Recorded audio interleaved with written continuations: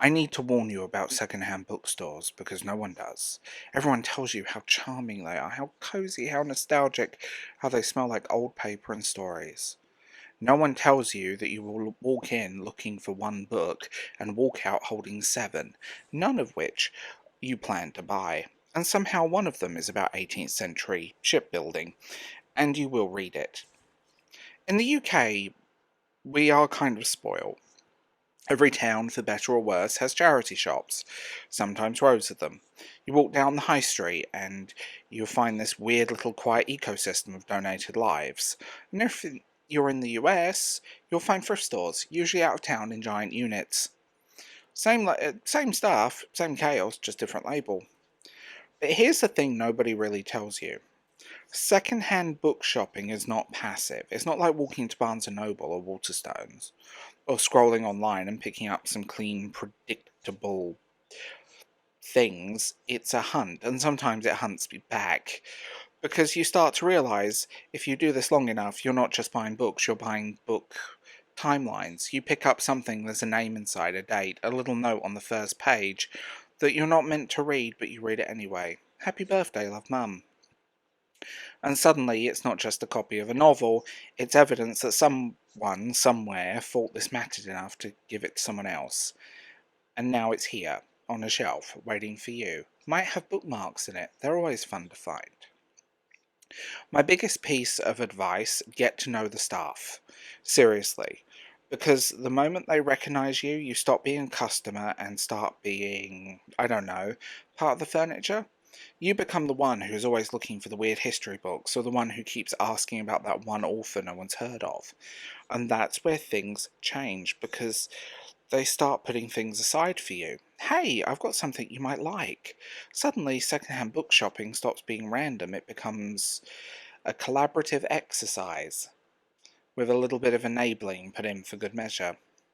Quick warning though. If your town has a works, it's a book clearance centre type place, dead stock store, for want of a better word. Great art supplies though. You already know if you walk in once it's great, cheap books, feels like a win. Walk in a second time, it's the same books, third time, still the same books. It's less a bookstore and more of a time loop, and you start questioning yourself, was I always in here? Or did I just never leave? So, advice, there's a meme from about 10 years ago that if your town has a works, the charity shops will have a lot of the same books, unfortunately.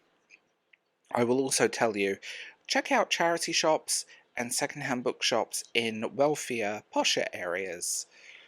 You are in for a ride, and not just for books, by the way. You will find things in those stores and think, this person has enough money to donate this? It's fun. But my favourite places, they're not charity shops. They're proper second-hand bookstores. The kind where the floorboards creak like they're trying to warn you. Shelves stacked 2 rows deep, books on top of books, no real system, just organised chaos, and there's always a staircase. Seriously, a narrow one, leading down to a basement that feels unofficial. Like, if something happens down here, it's on you. You're in for fun in those places. My friend Kitty, you'll probably see her in the thumbnail, the redhead, who also does my photography for my channel, by the way, and I have a tradition. We pick a place, anywhere. No plan, no structure, just a random location on a map and a vague idea there might be books there. We don't even really Google anything. And then we go. And what always happens is, between the two of us, we end up somewhere we weren't supposed to be. A back room, a side door, a storage space. Once, this tiny little Jewish bookstore, we asked if they had anything else, and the guy just looked at us for a second and said, you can check downstairs if you want. No signage, no lighting worth trusting, just boxes, stacks, and books that hadn't seen daylight in, some of them about 45 years. That's where the good stuff is. Not the curated bookshelves, not the front displays, the forgotten bits. And I think that's why secondhand bookstores hit differently, because they're not trying to sell you what's next. They're not trying to tell you what you should be reading. They're just, well, holding on to what people left behind. And that's amazing. There's a weird thing online where people feel almost embarrassed, or there's a stigma about buying secondhand books, like it's lesser, like it's not brand new. It doesn't count, and I've never understood that, because if anything, it's the opposite. It's it's you if you're collecting a series, if you're trying to find something obscure, if you're chasing a book that's been out of print for 20 years. Second-hand stores often aren't a backup plan. They're the only place, including several books that I found that I never even seen on eBay, but I knew I wanted them and I found them. And honestly, some of the most important books I own, I didn't go looking for. They found me, in piles on a bottom shelf, hidden behind something else. At the exact moment I needed them. And I know that sounds dramatic, but if you read, you know exactly that feeling. So, some quick fire tips. From someone who has made far too many questionable purchases, get to know the staff, not in a weird fake way to show up. It matters more than you think. Don't go in with a rigid plan, have a list, but treat it like a suggestion, not a rule. Ask questions, ask about unsold stock, ask about the stuff they're getting rid of. You'd be surprised what they let you see if you just ask. Ask like a normal human being. If you're hunting something rare or antique, find the weird shops, the ones slightly out of the way, the ones that don't necessarily have a website, or if they do, it hasn't been updated since 1998.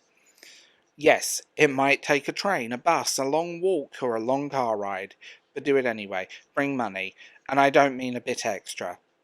I mean enough that you'll find the thing, you don't have to put it back, because that regret sucks and you'll probably never see it again. Also, don't sleep on places like Facebook Marketplace or eBay. Job lots, bundles, entire collections. Just decided I'm done. And now you're standing there thinking, how is this my responsibility? And then buying it anyway. So you will find often in bundles and job lots books that are cheaper to buy in a bundle than it is to buy it new or singular. And auction houses, massively underrated. You don't even have to bid most of the time. Some of them just open the doors and let you look. Tables of books, entire libraries condensed into rows. It's a strange feeling because you're not just browsing, you're walking through someone else's life. But trust me, check out like auction house book sales. A few in my area do it literally every few months. And one more thing people don't talk about. Independent bookshops, even the ones selling new books, they've got dead stock. Stuff that doesn't move, stuff that got forgotten, and it's usually tucked away somewhere no one's looking. Ask, not aggressively, not weird. Just walk up to another human being and talk to them like a human being, because sometimes the best thing in the shop isn't on display. But more than anything, just enjoy it, because secondhand bookshops aren't efficient. They don't care about your reading goals. They don't care about your TBR that you'll never keep. They don't care about what's trending.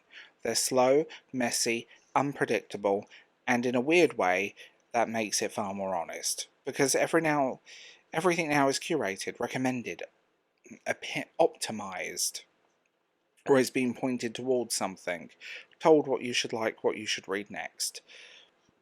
Secondhand bookshops don't do that, they just exist. And every now and then you'll find a book you weren't looking for, written by someone you've never heard of, about something you didn't think you cared about, at the exact moment you needed it. And that's the part you can't replicate. Not with algorithms, not with ranking or tier lists, not with if you like this, you'll like that. Just you, a shelf, and something waiting there long before you showed up. So I'm Dov James. If you like this episode and you made it this far, remember to like and subscribe. Hit that hype button if you want to. And also, tell me what you think in the comments below. Comments help this channel grow. And if you want to get involved in the conversation, join the podcast, random series that I do, and off-topic videos, check out Patreon, check out channel memberships. I have written work on Substack too. So, I'll leave it here, because I am going to be buying books.